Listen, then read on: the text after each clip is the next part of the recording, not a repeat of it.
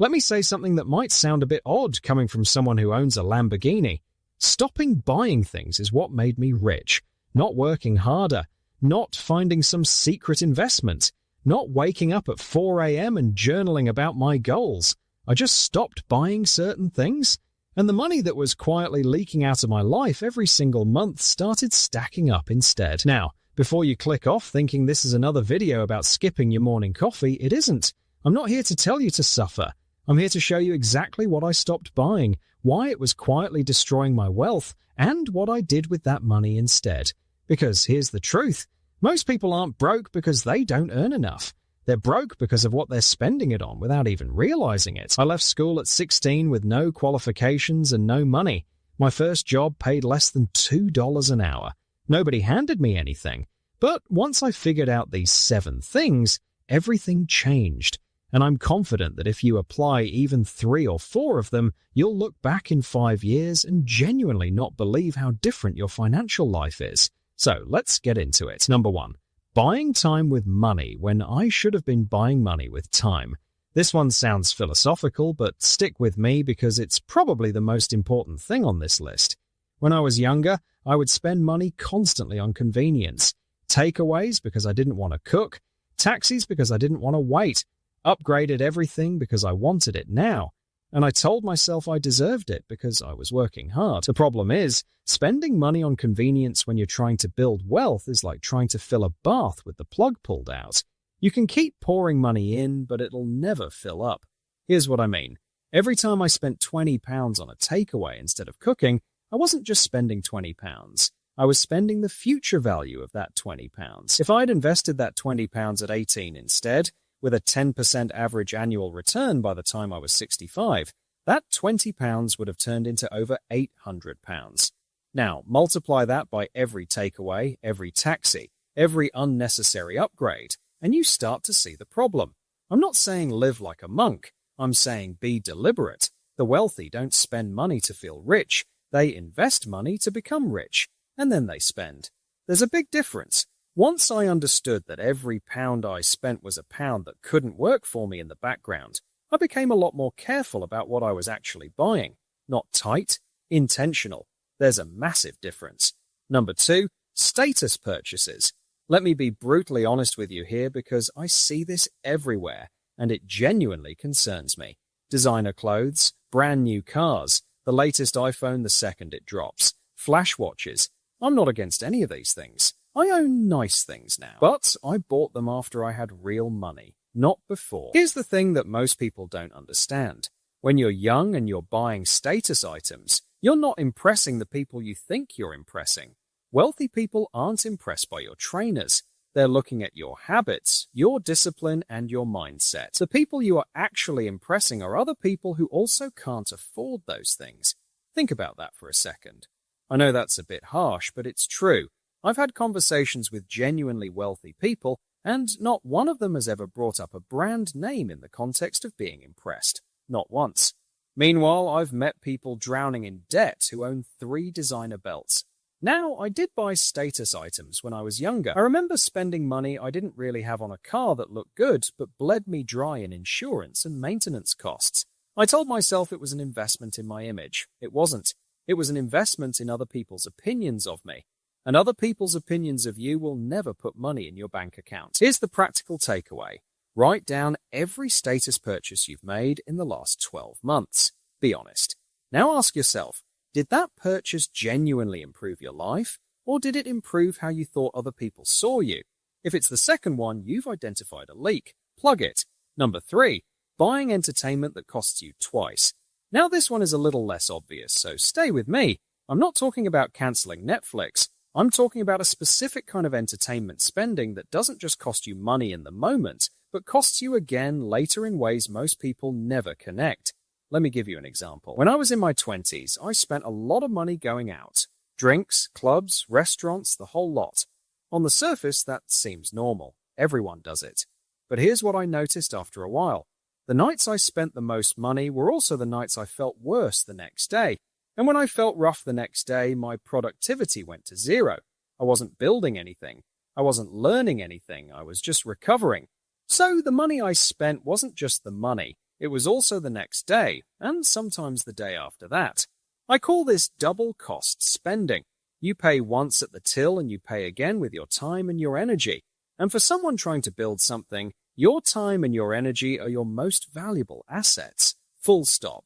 I cut back dramatically on this kind of spending in my late 20s, and the difference was almost immediate. I had more money, obviously, but I also had more weekends where I was sharp, focused, and actually making progress. I'm not saying don't enjoy yourself.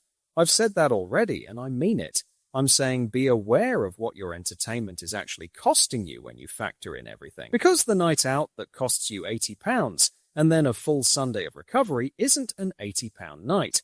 It's closer to 300 or 400 when you account for what you could have done with that Sunday. Number 4, extended warranties and insurance you don't need. Right, this one might seem small compared to the others, but I want to include it because it's one of those things that bleeds you quietly for years, and most people never notice. Extended warranties are one of the biggest scams going.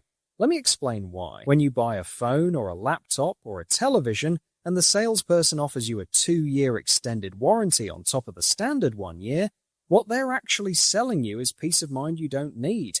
The manufacturer already has to give you a warranty. In the UK, the Consumer Rights Act means most products have to last a reasonable amount of time anyway. Beyond that, the statistics on extended warranties are pretty clear. The vast majority of products either fail within the standard warranty period or last well beyond the extended one. You're essentially paying for something that, in most cases, will never pay out. I calculated once how much I'd spent on extended warranties over a 10-year period. It was well over £1,000. For nothing. Literally nothing. Not one of those warranties ever paid out for me. I then looked at the insurance policies I had that I either didn't need or had never used. Another few hundred a year I was just quietly handing over. Now, some insurance is absolutely essential. Home insurance, car insurance, life insurance if you've got dependents. I'm not suggesting you cancel those. I'm talking about the peripheral stuff that gets added on quietly and sits on a direct debit doing nothing. Go through your bank statements right now and look for any subscription or recurring payment that you didn't actively choose this month. I'll bet you find something. Most people find several. Number 5, buying solutions before understanding the problem. This one changed my life more than almost anything else on this list. And it's something I see constantly with young people who want to build wealth. They buy courses before they've tried anything. They buy equipment before they've developed a skill. They buy business tools before they have a business. I understand the impulse completely. When you're excited about something, buying the thing feels like taking action. It feels like progress. But it isn't. It's the feeling of progress without the actual progress. I did this myself. When I first got serious about fitness, I spent hundreds on equipment and supplements before I'd even worked out consistently for a month. Most of it gathered dust. When I first got interested in investing, I nearly signed up for an expensive course before I realized that most of the information I needed was freely available. The honest truth is, in most cases, the problem isn't a lack of tools. It's a lack of consistency and real-world experience. You learn more from doing something badly for 3 months than you do from buying the perfect course and never starting.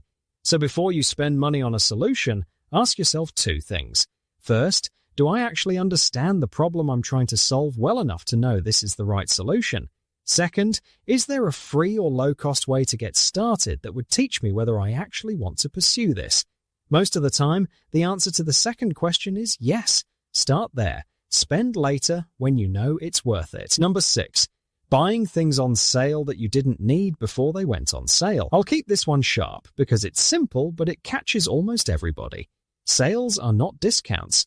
They are marketing events designed to make you spend money you weren't planning to spend. Think about it. If something is 30% off, you haven't saved 30%. You've spent 70% of the price on something you probably weren't going to buy anyway. Retailers know exactly what they're doing.